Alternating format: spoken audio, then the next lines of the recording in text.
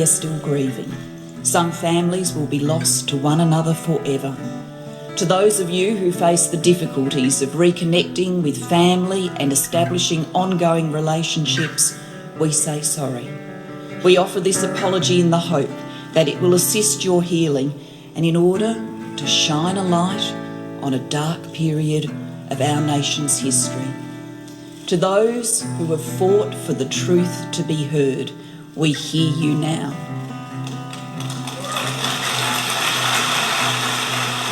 You're listening to Adopt Perspective podcast, a podcast for anyone affected by adoption. I'm your host and president of Jigsaw Queensland, Jo Sparrow. This podcast is a production of Jigsaw Queensland Post-Adoption Support Service. However, the views expressed are those of the people participating and not necessarily Jigsaw Queensland. The podcast discusses adult themes and listener discretion is advised. Hi everyone and welcome to Adopt Perspective. I'm your host and president of Jigsaw Queensland, Jo Sparrow. Today we're joined by Kim Rankin, who was born and adopted in Sydney in 1973. It would be another 27 years before Kim reunited with her mother, Karen Chaston, who shared her side of the story in our previous episode. Since then, Kim and Karen have navigated the many highs and lows that can come with adoption reunion, and today we're honoured to hear Kim's perspective. Kim, I'm so happy to have you join us. Welcome to Adopt Perspective. Hi, Jo. Thanks for having me. Kim, let's begin by talking about your experience growing up as an adopted person. Can you share a little about what your childhood was like? Yes. So I was born in December 1973 at the Mater Hospital in North Sydney, where I remained for 6 weeks in the hospital nursery, being cared for by a rotating shift of nurses. And then I was adopted. My adoptive mother was 43 and my father was 39. My dad had been married previously and had a 12-year-old son who lived with his mother. So I was essentially brought up as an only child. I had a great childhood growing up on the northern beaches of Sydney, and we lived in a quiet cul-de-sac and spent lots of time in and out of the neighbours' houses, and was quite active as a child. Although being brought up as an only child, it was quite lonely being at home in the house, as my brother did live with his mother. Yeah. There was a good 7 years between me and my eldest brother, and another 7 between me and the next one, and another, I don't know, it was tons of space between 18 years between me and the top and the bottom. So I kind of had a lot of years as an almost only child too. And it can be quite lonely, can't it? Quite isolating. And I really enjoyed spending time outside of the house. So in the neighbour's home that was full of, 4 children and lots of noise and a lot going on, being at home. And I think also with having my mother being a bit older, that generational age gap did have a bit of an impact. Yeah. And that's the case for a lot of adopted people too. A lot of us did have adopted parents who were much older than us, because they had been trying to have children of naturally, and it hadn't happened. So sometimes they would adopt. Yeah. So that generational gap can definitely be an issue. Yeah. So when and how did you find out that you were adopted? So I was 3 when I found out I was adopted, and my cousin was actually pregnant with her second child. And I can remember the moment really clearly. I was out the front of my aunt's house, and I can remember saying to my mother, was I in your tummy like that baby? And she said, no, you were in someone else's tummy, someone who loved you very much but couldn't look after you. And we love you, and you're our child now. That would have been along the lines of what was said to me, as it was repeated many times over the years. And I was content with that answer at first. And then a couple of weeks later, I started asking questions and was given a book, a little picture book that I had read to me each night. I think it was called Why Was I Adopted? And so I would carry that book around with me. My adoption was always framed to me along the lines of the fact that I was so deeply wanted and chosen and loved very much. And it's interesting that they were the words spoken, and was upon my father's passing in 2019 that I was actually going through the filing cabinet the day he passed away, and I came across my adoption file, which I don't know why I'd never been through that filing cabinet before looking for it. And I pulled out a brochure from 1973 that said what to tell your adopted child, and it was pretty much verbatim what they had said to me over the years, which I found a little confronting at that point. Yeah, I bet. I know how it feels to just hear you say that you found that brochure and read those words, because they're the same words that were said to me, and probably the same words that were said to a lot of adopted people. And I always find it interesting too, because when those words were said to me, it made me equate love with abandonment. You're loved so much you're given away, which made me fear being given away again. That's right, exactly. And I think, hearing those words didn't allow for any space to what I was actually feeling. Um, it- I was never given words or vocabulary around my experience. So even though it was open knowledge that I'd been adopted, and the actual experience was never explored as a child. Yeah. And that was my next question to you, was whether adoption was something you're able to talk about openly with your adoptive family. Um, so was there any conversation outside of that? This is why you're adopted? No, I think the answers were limited, during the era of the closed adoption. So any questions I did actually have were pretty much closed down. We don't have that information, and it always came back to um, uh, the framing of what had been gained by my mother and father, and that I was now in this family and loved very much. Yeah. Yeah. So did you know any other adoptees in your community or social circles when you were growing up? Yes, so it's quite interesting. When I was about 8 in year two, we did a unit on families in the classroom, and we were asked by the teacher to put our hand up if we were adopted. And there was Oh, actually about 4 or 5 of us in the class. And actually, I turned to one of the girls sitting beside me and said, "You need to put your hand up," which I had been told by my mother that she was adopted. And I know that she knew, but she was a bit hesitant to do so. But in doing that, I think, whilst I suppose it gave an awareness to our classmates, it also provided a bit of ammunition in the playground for teasing. And I think that's when it started to dawn on me that to be chosen and wanted by one family, I first of all had to be unchosen or unwanted by someone else. I suppose all kids can be cruel, and like hearing it from your classmates, you weren't wanted.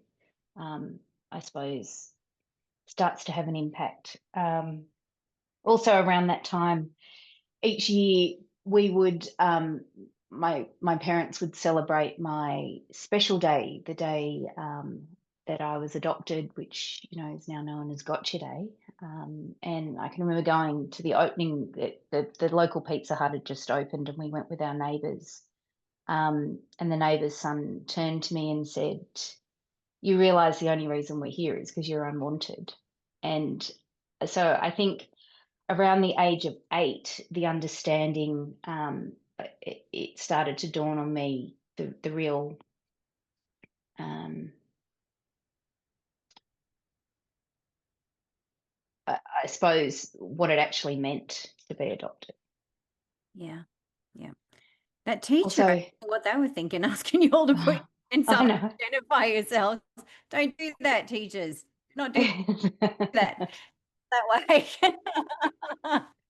Yeah, it's Gosh. crazy. It's crazy. All But, right. so I was about 7 or 8, and it was also around this time that I started having night terrors. Mm. And this was framed to me. So my parents told me that I would wake in the middle of the night and not know where I was. And it wasn't till many years later in 2018 when I started reading The Primal Wound by Nancy Verrier, and she covers a section on night terrors. And I actually put two and two together because I can recall waking up and I can screaming and saying, I want my mummy, I want my real mummy, I want to go home.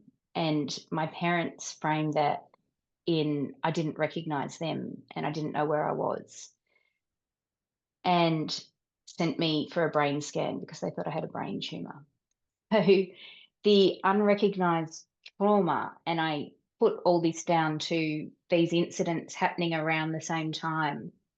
And because my experience wasn't being talked about, it was coming out in these night terrors, Mm. my deep feelings. Yeah.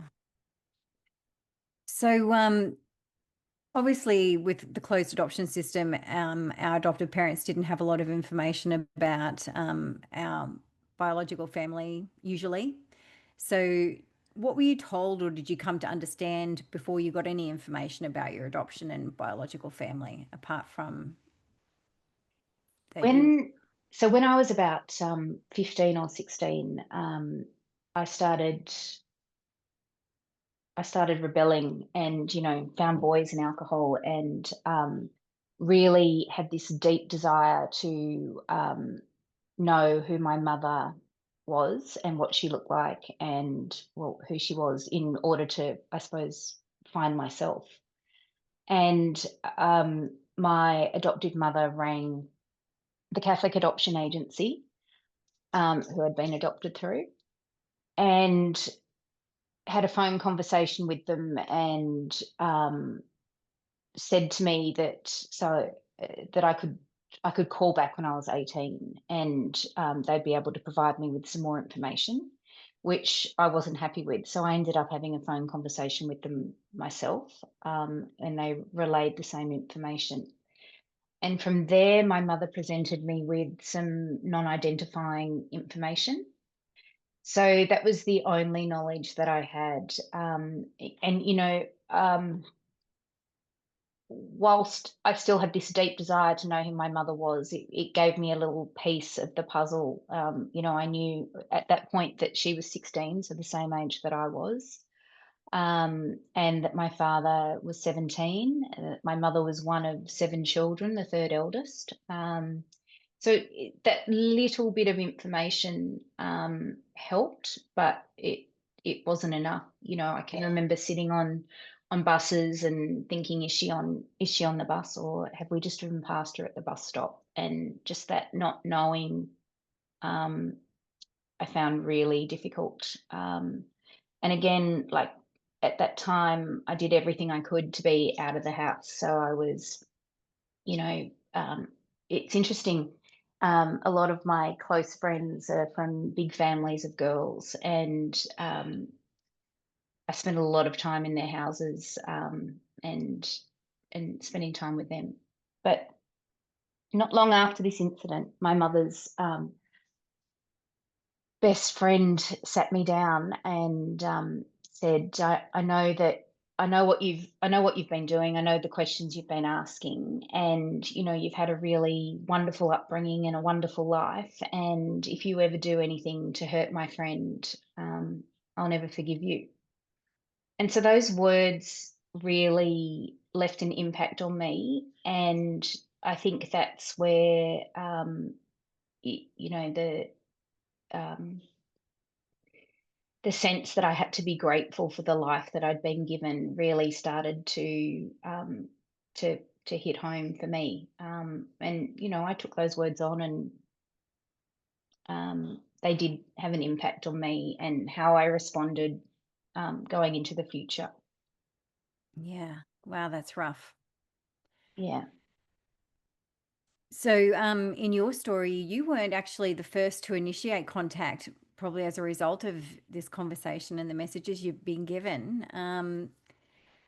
you got a letter, I believe, from Karen first. Is that right? That's right. So I received a letter at 22. Even though I'd been told by the adoption agency that at 18 I could call them back, and I turned 18 in 1991 when the laws changed. But I don't feel like at that time I didn't feel like I was good enough or that I was enough to go searching myself. And obviously the fear of rejection was holding me back. So when I received the letter, it was actually quite interesting how it all came about. I'd just moved, I had moved out of home and was living with my boyfriend who went on to become my husband. And I had a good job.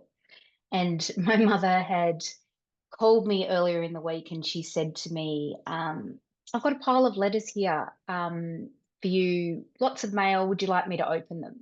And I was like, no, it's fine. I'll just pick it up on the weekend. And my boyfriend stopped in during the week and picked up those letters, and he happened to pick me up from work that day.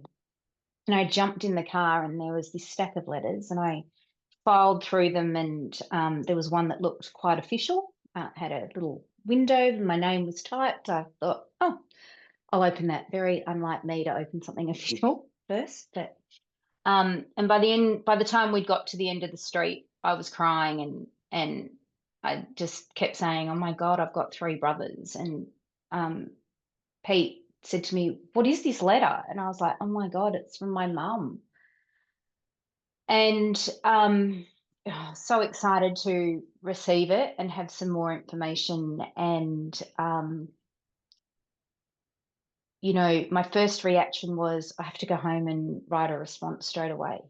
Um, But the more I thought about it, I was just about to go backpacking. I had a couple of months off work, and I went to my parents with the letter and explained the situation, which they weren't overjoyed with.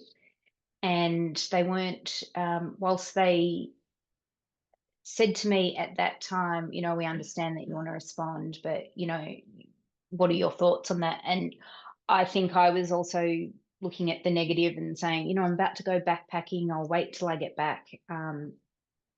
Peter had previously had a girlfriend who had been adopted also, and she had been through a reunion that hadn't been,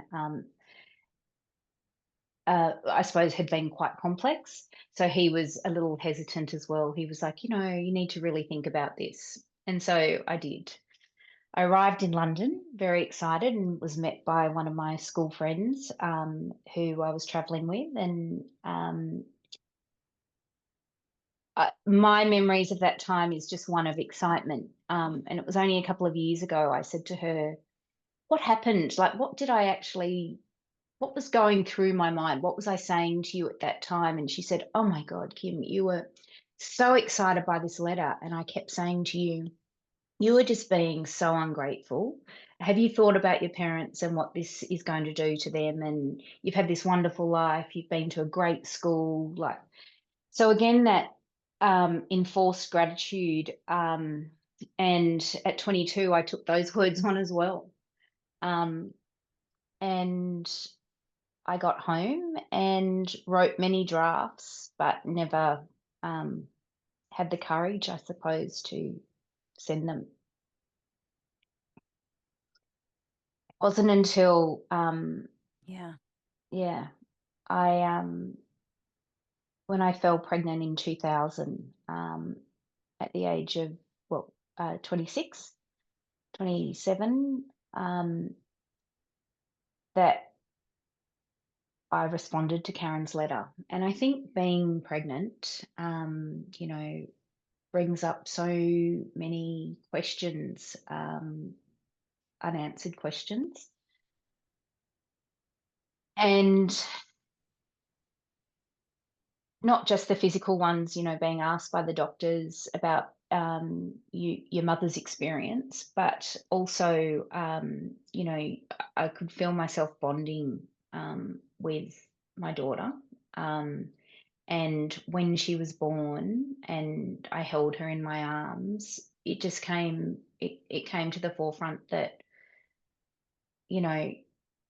not only was she the spitting image of me as a baby in my baby photos, but your first biological relative that you meet shouldn't be your child.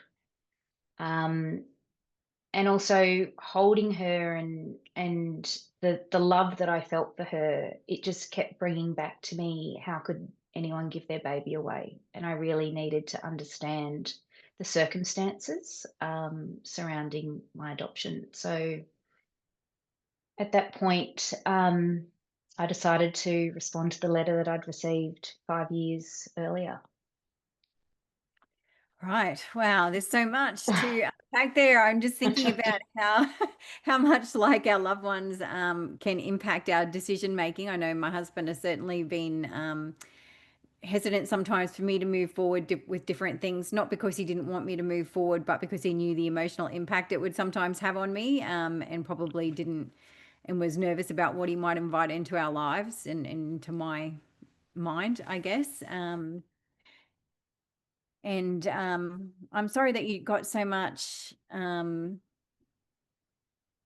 negative energy around what you were doing, and judgment, I guess, about what is the most natural thing in the world, which is wanting to know where you come from. It is just the most natural thing in the world. Of course, you have a right to that information, and to want to search and explore it in any way you want. So I'm sorry that was your experience to get that.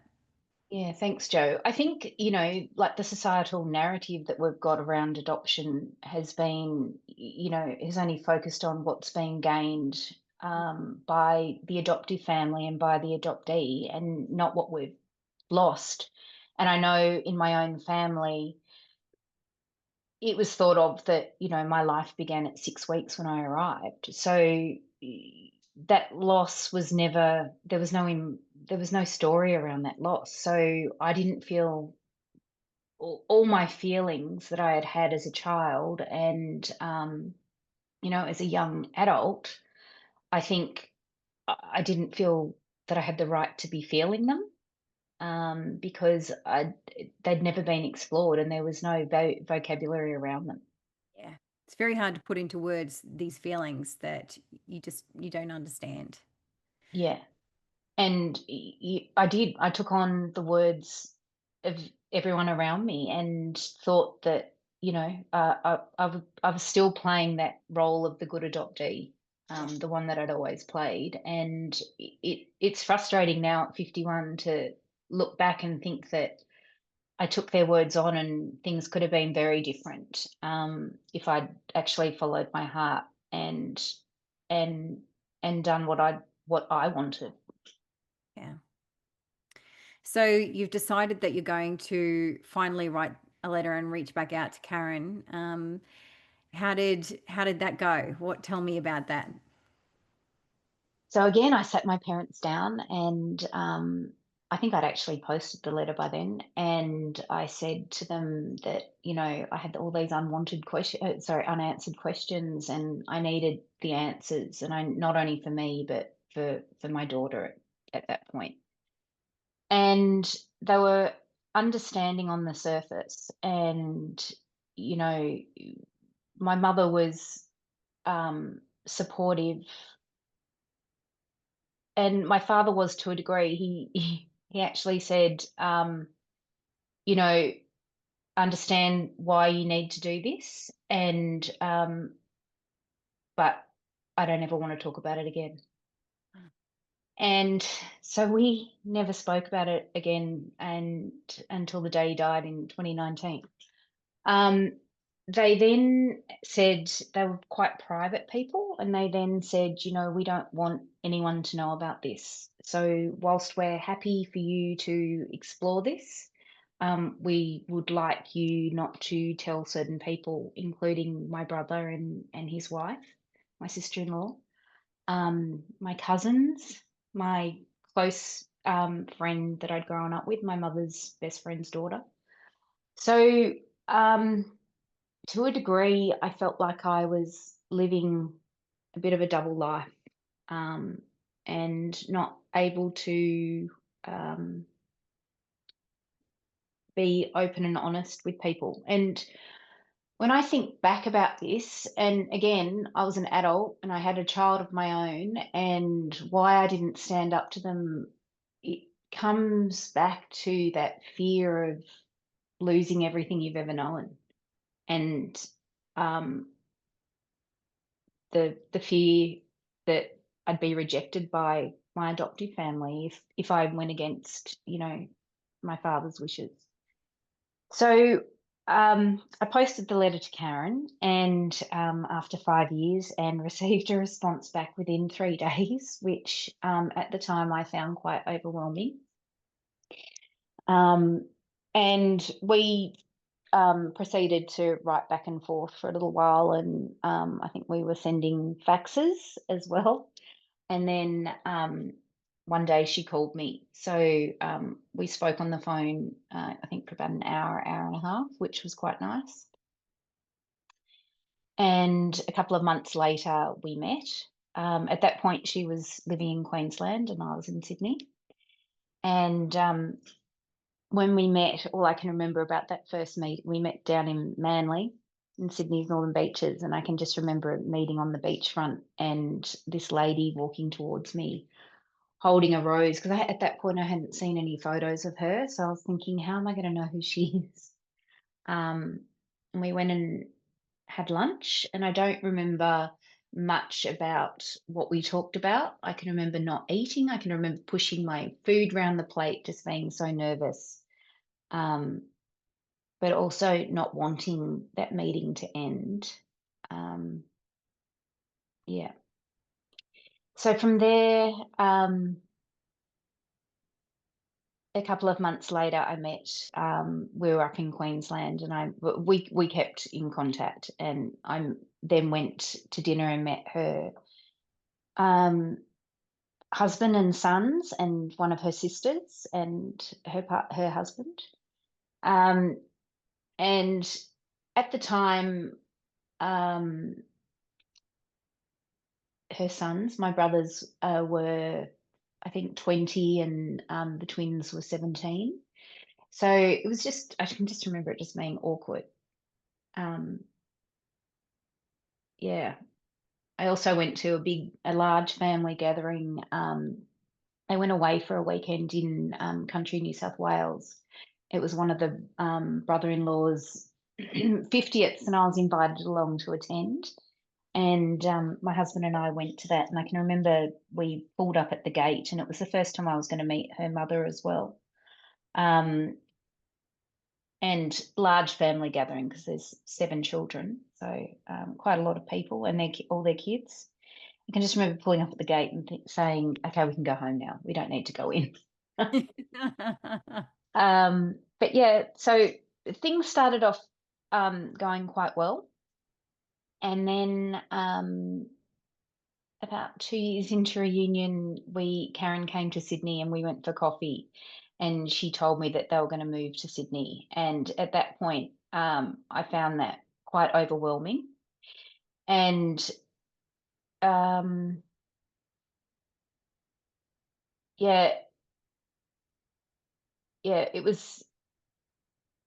was difficult, because where she moved was maybe 7 minutes away from myself, and geographically smack bang in the middle of where I lived and where my parents lived.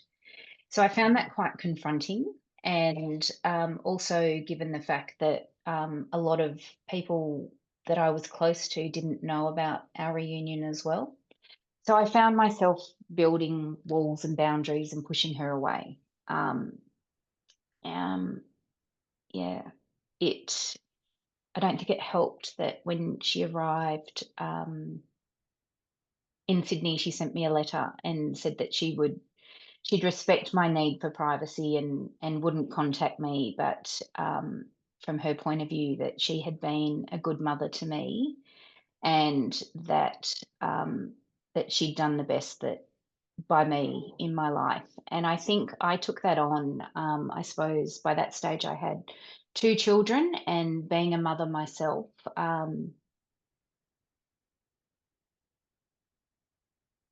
I found her words quite difficult to digest,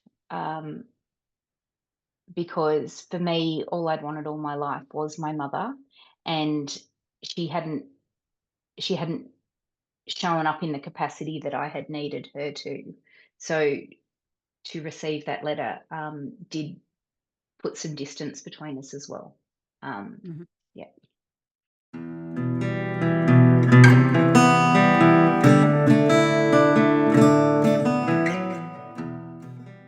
Thank you for being so open with that, because so many people think, because of the television shows we see and stuff, long lost family or whatever, that you see the emotional first reunion, if it is like that. Like mine wasn't like that, and I'm pretty sure a whole pile of them weren't the emotional things that you see when a television camera is focused on you.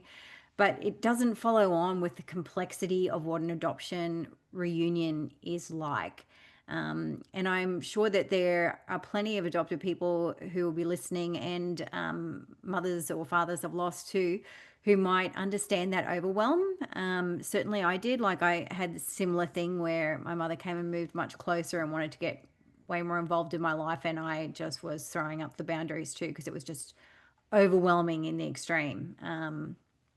And yeah, very, very challenging to negotiate those times. So thank you for being so open about it. I think, yes, like you said, like people view reunion through the TV shows that we see, but the reality is that it's two strangers meeting who had a bond that was severed, and we arrived at reunion not having dealt with or looked at the trauma that we had both suffered from this experience. Mm. And so, looking back, there was so much that needed to be said, and that neither of us were saying. And we were just both speaking a completely different language, and not hearing what the other person was saying. But also, I wasn't saying what I was feeling because I was scared that I was going to be too needy or be too much. And I didn't want her to think that I needed or wanted anything from her, because I didn't want to be rejected again. Yeah. Yeah. And that feeling comes from both sides too. Your mother would have had some really similar feelings. Yeah. Um, you didn't stay in this space. You guys made ground from there. And I know COVID had something to do with that, blow COVID, but sometimes it's actually had a Yeah. positive impact. Can you tell me what happened? Yeah. So we actually spent probably 16 years going to dinner every 6 months, and you can't form a relationship when you're only spending 3 hours with someone every 6 months. And things would be said during those dinners, and I'd hang on to them, and then weeks would pass after a dinner, and it would take me so long to regulate myself, that I'd need another 6 months before I could battle up again. Hmm. Um, and a number of things happened over the years. One being in 2017, Karen, um, having done a bit of work, um, and diving into herself, we went to coffee, and she sat down, and she said that she was sorry. And I think they were the words that I needed to hear to move forward in the relationship, because the story that she had been holding on to was, that she had given me a better life, and that um, that she was that she had nothing to be sorry for.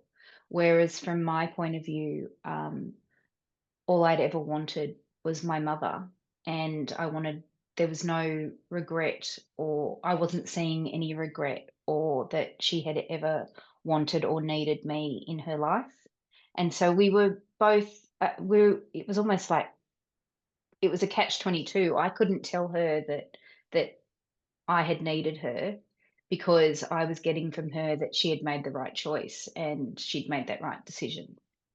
Um, so I think once she apologized, I was able to lower some of my walls a little and kind of make some space and make some progress in terms of our relationship and trying to build it. Um, um, then in 2018, I read The Primal Wound, which I think I'd been trying to, well, I had been trying to understand myself and the impacts of my adoption on me for a number of years. And in about 2010, I discovered on the internet the Lost Daughters site in the US, which was adoptees writing about their experience, and it really resonated with me. So I was researching quietly behind the scenes, but I didn't have anything concrete until I read The Primal Wound. And I did actually start telling Karen about the book, and I actually framed it in what I'd said earlier about my night terrors and the realization that I'd had what they actually were. And even then, like, I took how she took her response to be that she didn't believe me, because she was like, "No way, that didn't happen." And it was more one of shock and disbelief that that had actually been my experience. And so she also read The Primal Wound. Um, and then in 2019, my father passed away, and she also gave up alcohol, and then moved back to the Gold Coast, which um,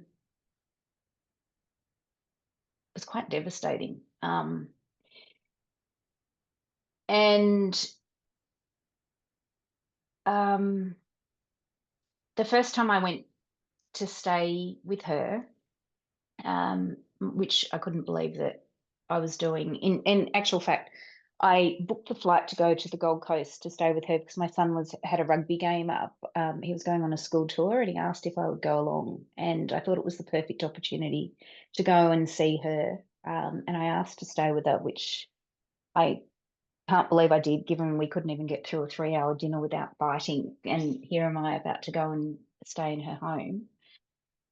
And I had a panic mid-flight, and I was like, "What have I done? I can't get off this plane. Like, I just can't believe I'm actually doing this." And it was probably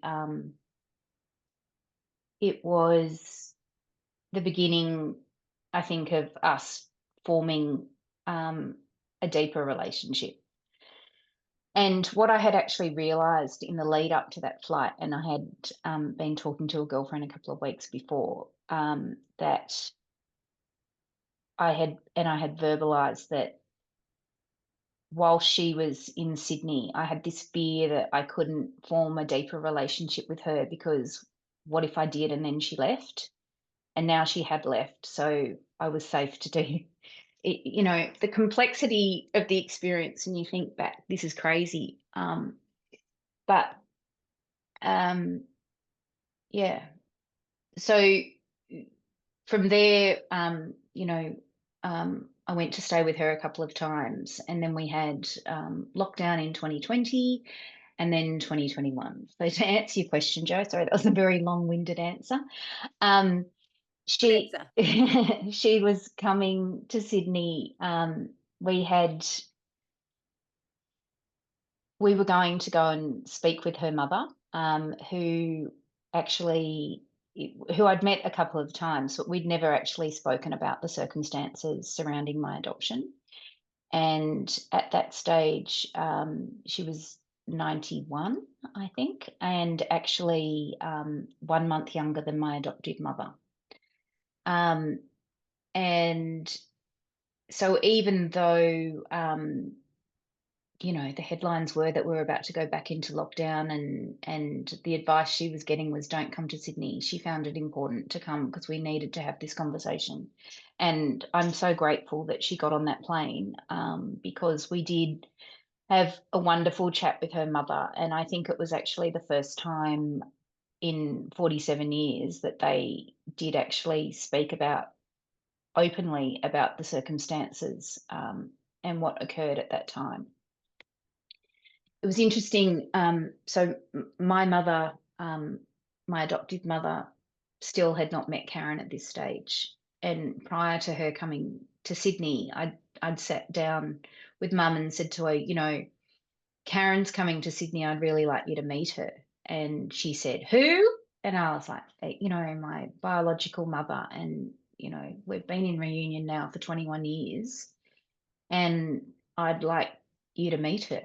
And she put her hand in my face and said, I've resigned myself to the fact that I will never meet that woman, that you are mine, all mine, and I have no need to meet that woman.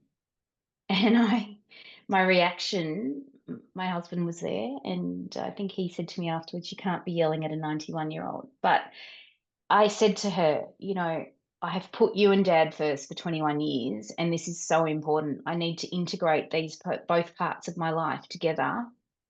I should never have been made to make a choice or feel like I had to make a choice. And I need you to meet her.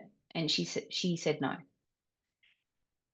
So anyway, that was a couple of weeks before. So Karen comes, we spend time with her mother, and then I think that was on the Friday, and on the Saturday, Sydney got put back in lockdown.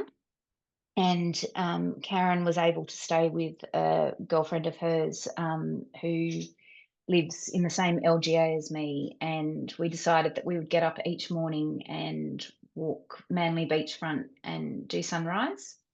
So for 6 weeks, we got up and did sunrise together. And the one lockdown gave me, like, this is the one positive that came out of lockdown for me, because not only did we get to spend time together, but also one of her girlfriends had said to her, even though Kim's mother won't meet you, why don't you write her a letter? Even if you don't send the letter, just write it. And so she'd typed it up on her computer, and I had read the letter and asked her to make a couple of adjustments. And then she handwrote the letter, and it ended up being 5 pages.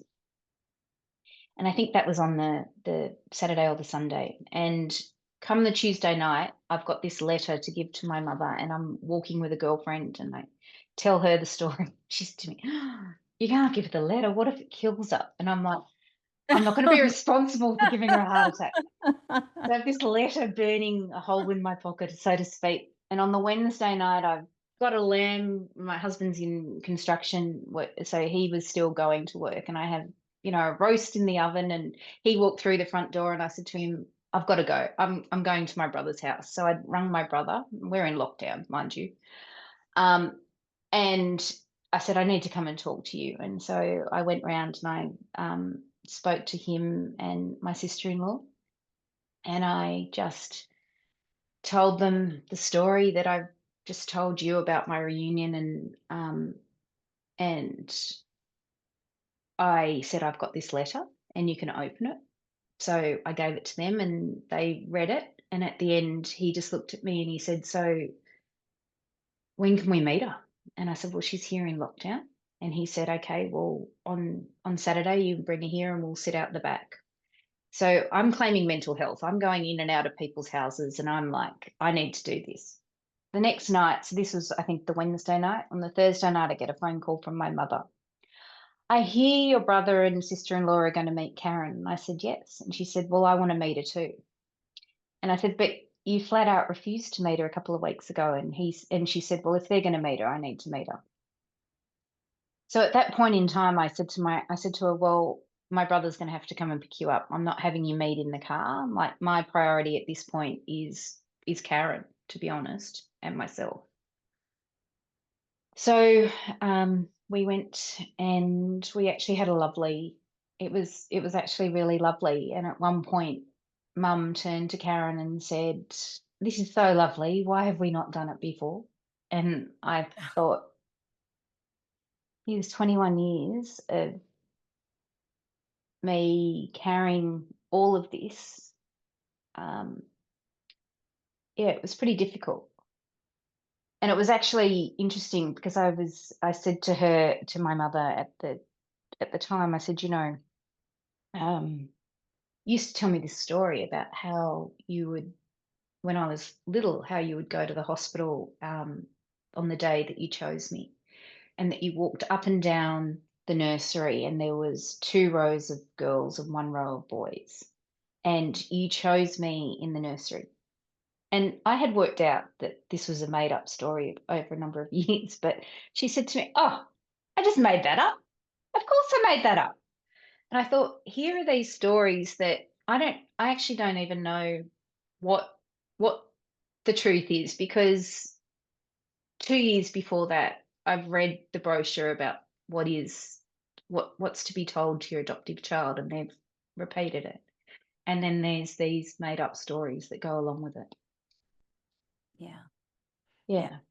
I don't think people can, who aren't impacted by adoption, or for that matter, aren't adopted people,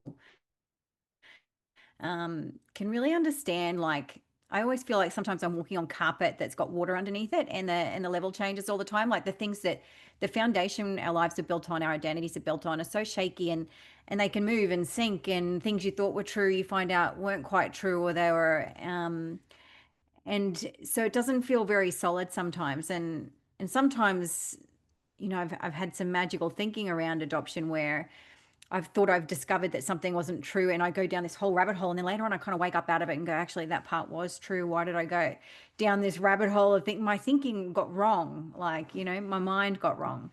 Yeah, and I don't know Definitely. that people can understand just how destabilizing that can be. Yeah. I experience the same thing. Like I'll get stuck on a thought and I'll ruminate on it, and like you said, go down a rabbit hole, and then think, actually, is this true? I don't even Yeah. know. I don't even know what the truth is anymore. Yeah. Yeah. And then when you snap out of it and you look back and you think, well, what was going on there? Like, this is not my normal thinking. Why did I go down that track? Exactly. Exactly. Yeah. Yeah. Which then makes you not trust yourself, I because you think can't so. trust yourself in your thinking sometimes. Yeah. Yeah. That's right. But I think if um, when, uh, you know, 51 and with hindsight and middle age and all these things happening, I think I've been doing a lot of work on myself and research and listening to a lot of podcasts and reading a lot. And when you start to view our experience, when I start to view my life through the experience and the lens of adoption and the impacts that that's had, um, I, I can see that, it has had an effect, and weaved its way into um, a lot of aspects of my life Yeah. and the way we think. Yeah.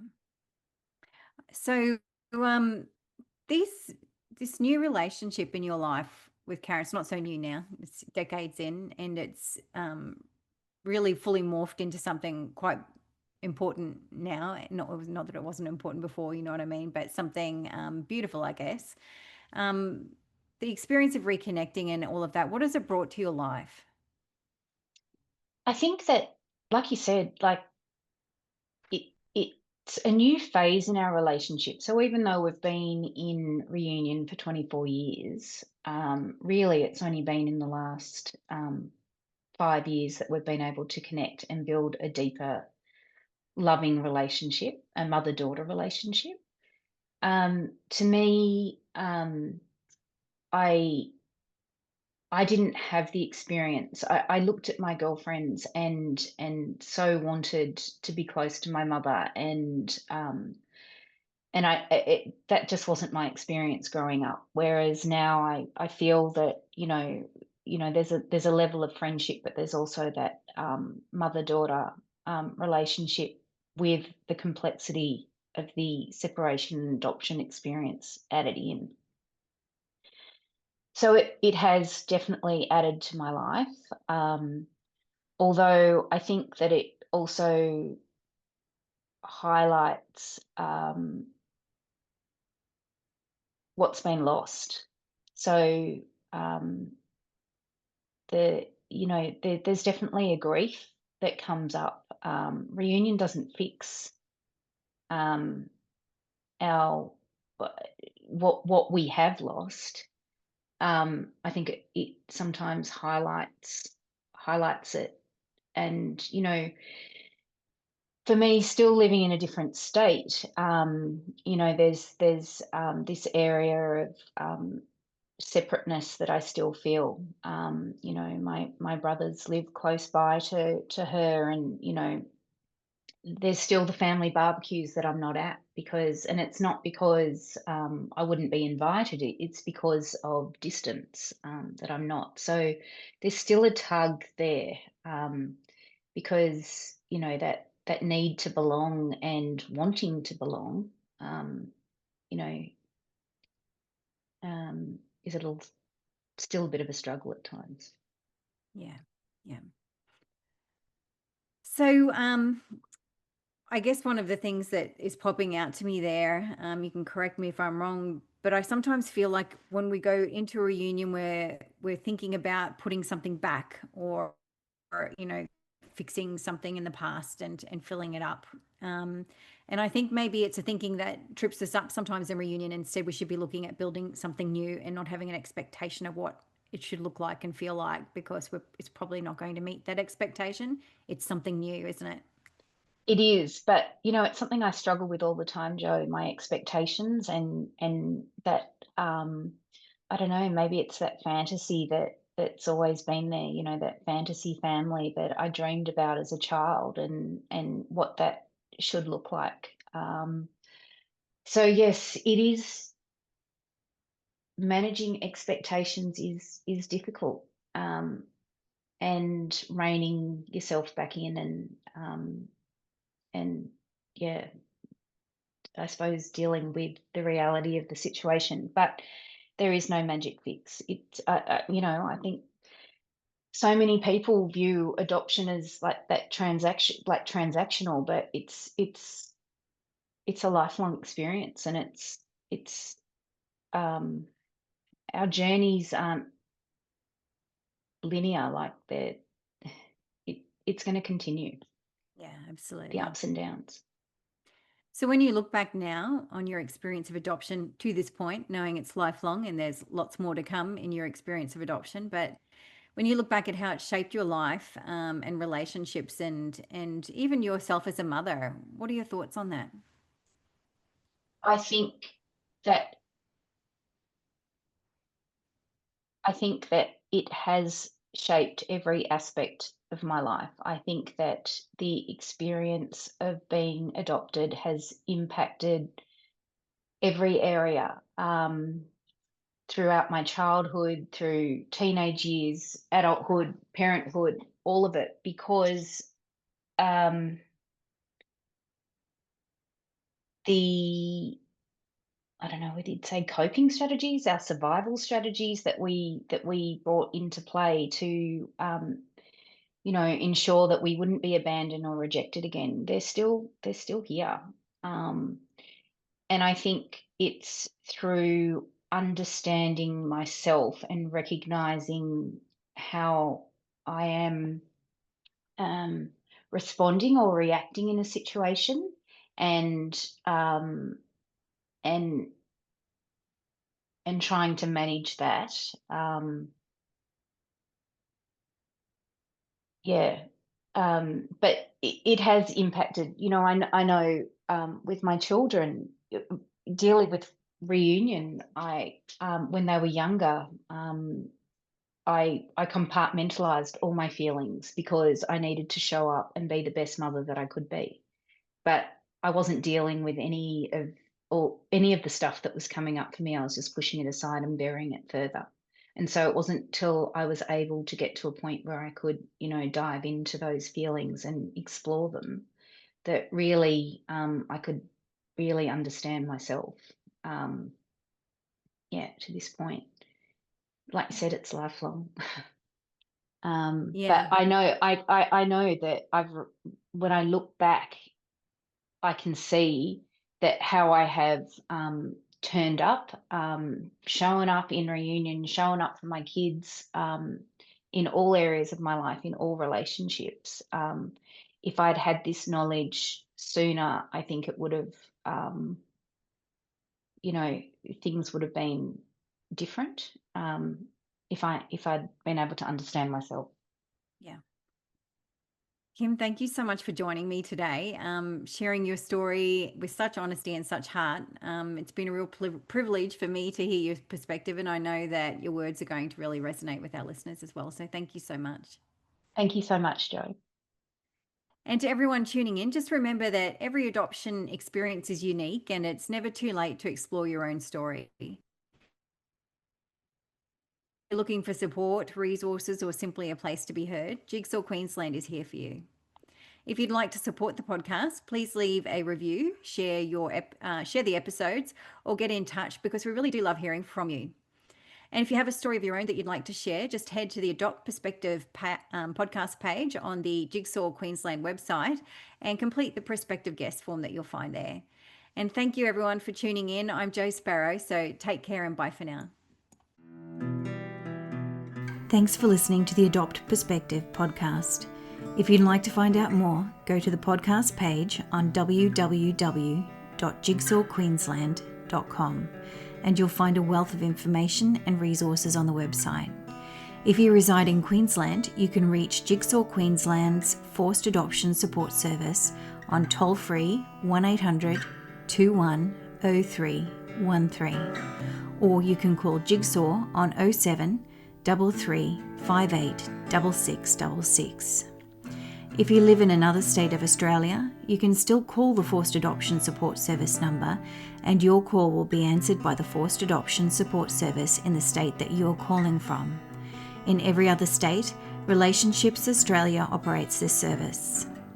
A big thank you to Matt Sparrow for composing and recording our original theme music. Until next time, I'm Jo Sparrow saying farewell from Adopt Perspective, a podcast for anyone affected by adoption.